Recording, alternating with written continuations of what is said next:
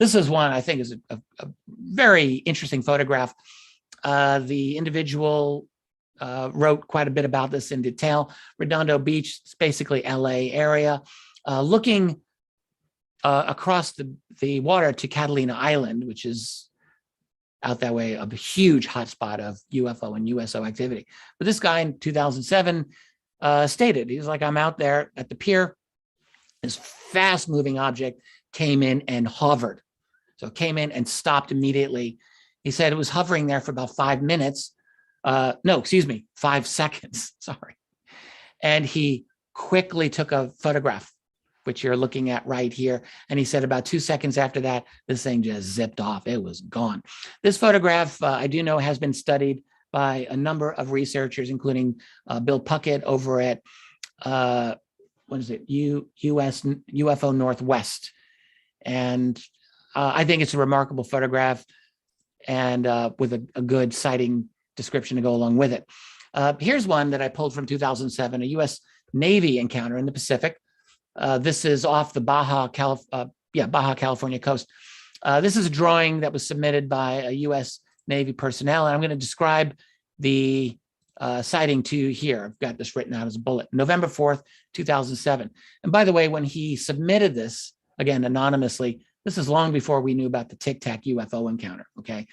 But this is a very similar part of the world. He said 350 nautical miles south of San Diego, 11:30 at night, dark. 2 sailors see a V-like large, bright yellowish formation. He said it was bright like stadium lights. So just think about that. Very bright like stadium lights over their ship in the Pacific, and had 7 round glowing things making up the formation. Just behind it, he said, were 2 tiny white lights, one behind the other, spaced far apart like a tail. Very detailed description here. I want you to notice. He says 2 large white glowing balls came toward the ship. The first one made a hyper quick zigzag motion and then flew over the ship. He said, I looked up and saw a gray ball that wasn't glowing, and then it was gone. The second white glowing ball did a check mark motion and disappeared to the right. The bridge commander told me the next day my radar and computers went down or froze at about 3:30 a.m. and had to be fixed. Whether there's a connection or not, we can take a guess. I wouldn't be shocked if there was a connection. And this is where they were located. This is my best estimate of where they were, the red dot, and again, his sketches and his drawings. So I think it's quite fascinating.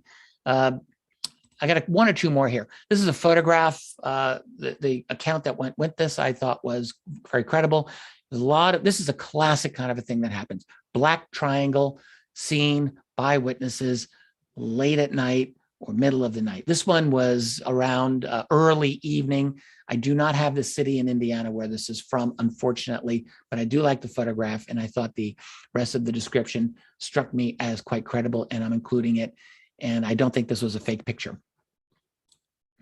Here's a couple of more recent ones from 2020, 2021, 2018, a drawing. Very, very typical. Someone stopped at a traffic light in York, Maine, took this picture on the left. Person in Adelaide, Australia, a place called Christie Downs, right by Adelaide, took this photograph. It's not the best quality image, I apologize, but it's clearly something that's bizarre. Less than a year ago in October, and over at Lesbos Island in Greece, a very remarkable, again, classic black triangle. This was another late at night type of event on July 6, 2018. A mom and her 11-year-old son saw this, and it was silent. It flew over them. And it's like a moment of what the hell is that? So this is just a brief sampling of the kind of things that are going on all around us, which those of us who remember just a little over a month ago, the UAP hearings that Congress had, all of that is ignored, all of it. It's interesting, a year ago when the Navy submitted their UAP report, they found at the time 144 UAP encounters over the previous 20 years. So now that's been upgraded to about 400. I'm like, all right, well done, guys. But you know what? I personally, for the 21st century, I have more United States military UFO sightings than 400. I got more than they have. And I'm just a private researcher working off of public information. You're not going to be able to convince me that them going through their classified records only have 400 of these. Not a chance.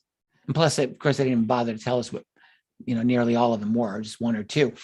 And aside from the fact of the broad, worldwide, massive, global, in-your-face presence of these beings, every single night over your neighborhood, by the way, over a neighborhood near you, they are everywhere. That's the black triangles. But the disc-shaped objects, they're still seen all over the place. Who the hell is behind this? Who's flying them? What's the infrastructure? What are they doing?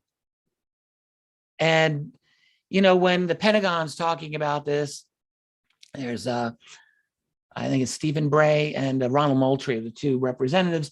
I was just, when Moultrie said to the Congress, he said, well, he's giving the same line that John Samford gave in 1952 at the big press conference after the sightings over the Capitol, where he said, well, if we just had enough resources, we would be able to identify all of these. And we know they're not a threat to the national security. Moultrie said almost the exact same thing. He said, with enough resources, we are confident we can identify. And he said, mitigate. I love that word. Mitigate these. I listened to that and I'm like, no, you can't. You're not mitigating anything, buddy. You have not ever been able to mitigate these things. Never. They've never been able to. These objects, whoever they belong to, and they don't belong to us. They don't belong to the Chinese. They don't belong to the Russians. We all know this. They do what they want. And we do not seem to have any ability to compete with that. Not even close.